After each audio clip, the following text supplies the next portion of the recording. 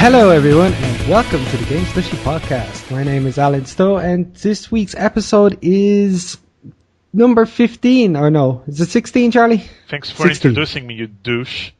You can introduce yourself. Hey, I'm here co-hosting with Charlie. This is episode 16, yeah, and we're going to talk a little bit about Diablo, and then we're going to maybe talk a little bit about E3 and some of the games. Yeah, some other games that we've had the information on the last week. Yeah. Okay. So about Diablo 3, I find it's a really weird MMO because all the towns are deserted. I whenever I go into a new town, there's no players there, and it's a really strange MMO.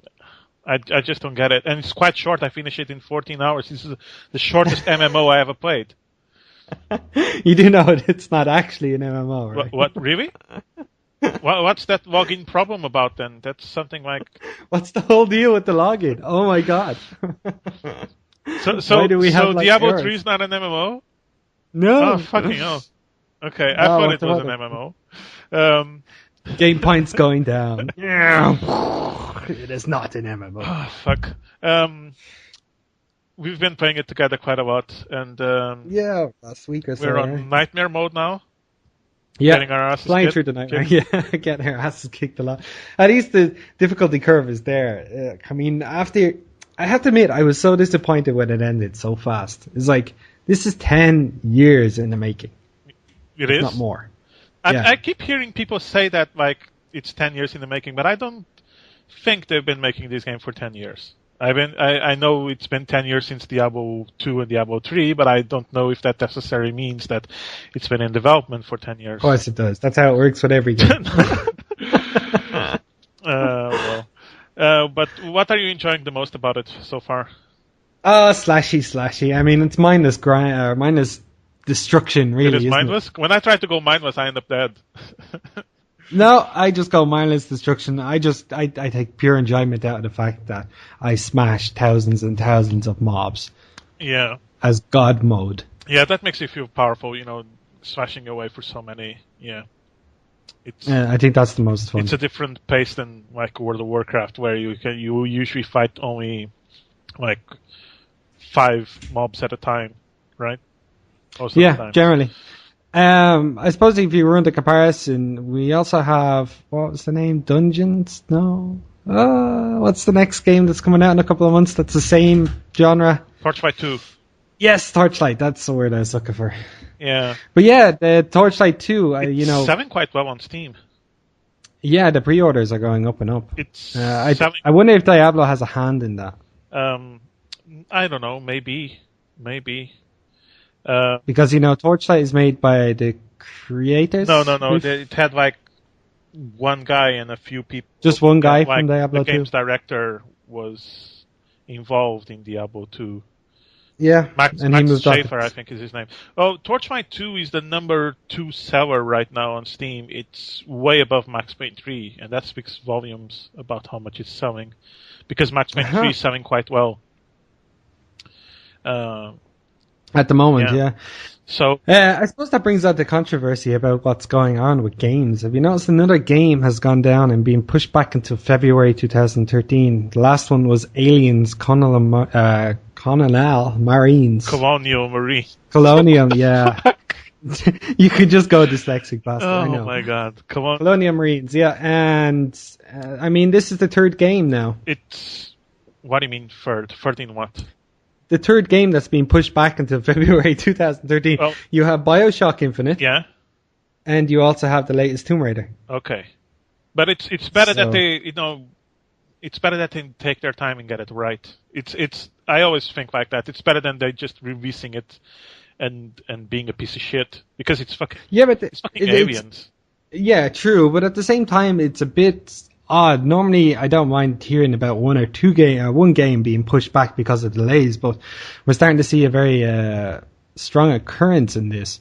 I'm starting to wonder if something is happening in the background. There are rumors spreading that GTA 5 games take longer to produce nowadays. The amount of detail that goes in, graphics are a huge, it's a very important thing in games right now. It's graphics, how good the game looks, and the more graphical power we have, the more time games will take to produce. So we're going to be looking at more and bigger development times in the future, I think, as production values increase.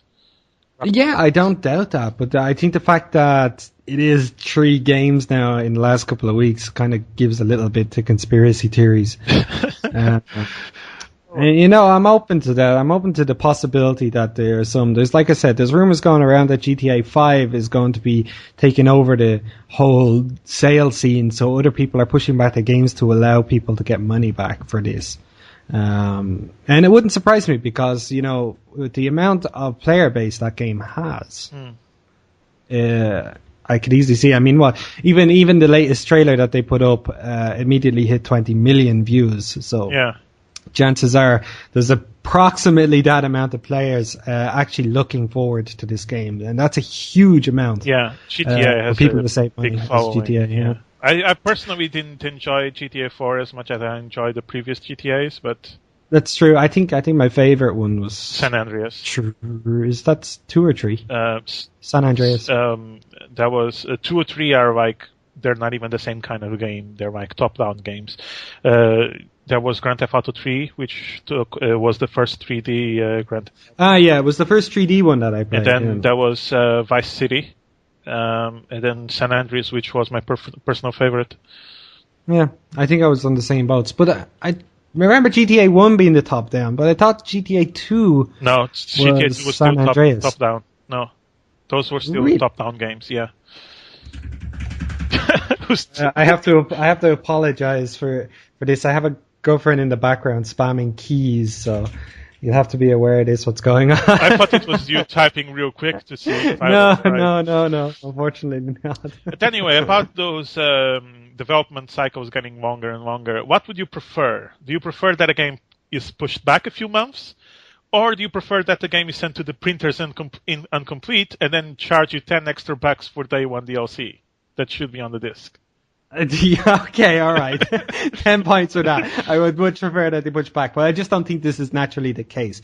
Normally, pushing back a game by a month or two that needs extra development time usually comes in the last quarter of the game, the last push, when the heaviest testing is going through. And that's just something I know from experience, and it goes through the major motions are expecting release time, push everything you think, and it's actually usually when all of the main QA testers do some work. Yeah. And this is the problem with a lot of games, because when that happens and people are being pushed, they start finding bugs that they should have been finding, 6 to 8 months ago. And this causes the pushback. But it's usually only by a month or two while they get in the patches and fixes.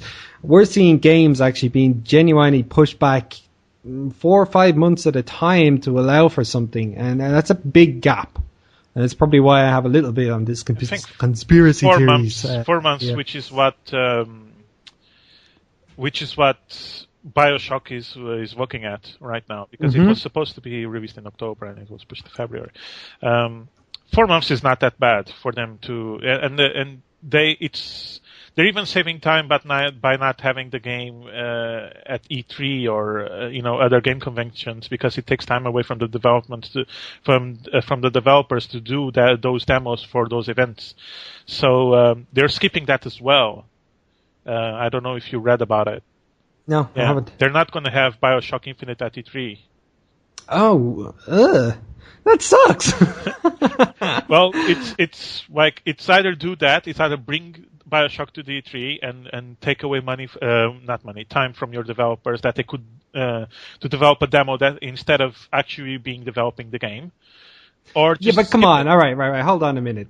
E3 is pretty much a promotional standpoint. This is not developers taking time off here. If anything, they might get, you're off for 2 days, go see the team. That's not going to affect development time. This is all marketing and other side of it, which is. But then again, the E3 was created by the same fucking cunts that tried to push soap and pipa on top of us. So that's a very good point as well. Yeah. Just a quick note for you guys. Adrian is hopefully coming on the show now, maybe in the next 10 minutes or so. Yeah, as He's just soon as running he late pops as in, usual. then we're going to talk to him. We didn't talk much about Diablo. We just jumped into E3. Well, yeah, simply because of the fact I think our whole episode last week was on Diablo. Yeah, you're right. You know, we did have quite a bit of coverage. What I would like to do is update a few other things. I know you recently put up a post there in Gameslushy about Silver. Yeah, I love Silver. It's a fucking awesome game. I have not played Silver. No, but nobody I've heard has. about it. It's like one of those games that interests me and nobody else. No, but you're not the first person that's come across this. I've heard a lot of people have been, you know, generally jumping on the wagon with this one, going, "Wow, this game was amazing back in the day," and it completely slipped through my fingers. Yeah. I didn't even hear about it until yesterday. I was like, "What?" Had it, and then he borrowed it to me, and then I bought it. This was like back in either 99 or 2000. And back then, you know, RPGs didn't have, even Final Fantasy games, you know, the first fully voice acted Final Fantasy game was Final Fantasy X, right? And I think so. If you look at games like Diablo and Baldur's Gate, they weren't fully voice acted either. And then this game was like a nice, lengthy RPG that was fully voice acted. It had one of the most amazing soundtracks I ever heard in my life. And a combat system which was very interesting. You know, you have basically the left mouse button is to attack and the right one is to defend. But this is kind of like, it's almost a top-down perspective, but not really. Yeah. Because it can take several, it's kind of like the settings in Final Fantasy VII where, you know, the backdrops are kind of like static, but then you have 3D characters moving in between. I see. Yeah. So that's not bad. But it's hard to say that it's one of the first.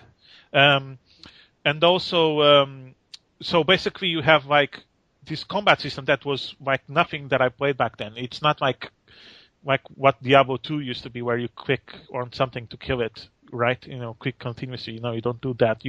For example, you have the mouse, right? And if you have enemies in front of you, you lunge at them with your sword. You move the mouse forward and press the left mouse button. Yeah. And then if there's someone behind you, you move the mouse backwards, and your character spins behind and attacks someone in the back. It's starting to sound like a game that would have been perfect for the Wii launch.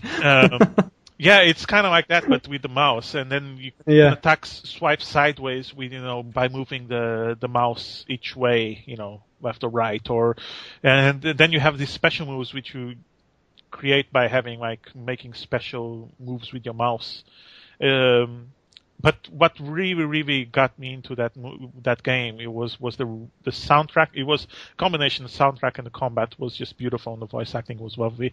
And ever since Windows XP came along, you know, I started having problems with it. I used to have this patch that allowed me to play it, like someone in the community, online, made the patch for it to be able to run in newer operating systems, but that patch hasn't worked for me with Vista so far.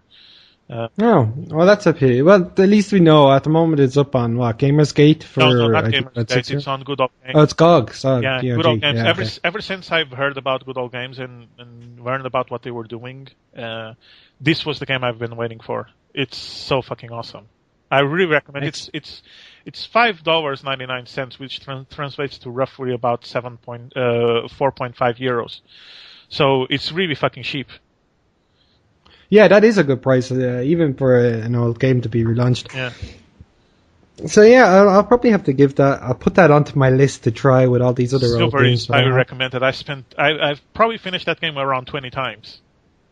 Oh really? Yeah. You did play that much? Yeah, I did play that much. Partly because I didn't have much else to play back then, but it was one of the few PC games I had. But it was awesome. A lot of love that I had for that game.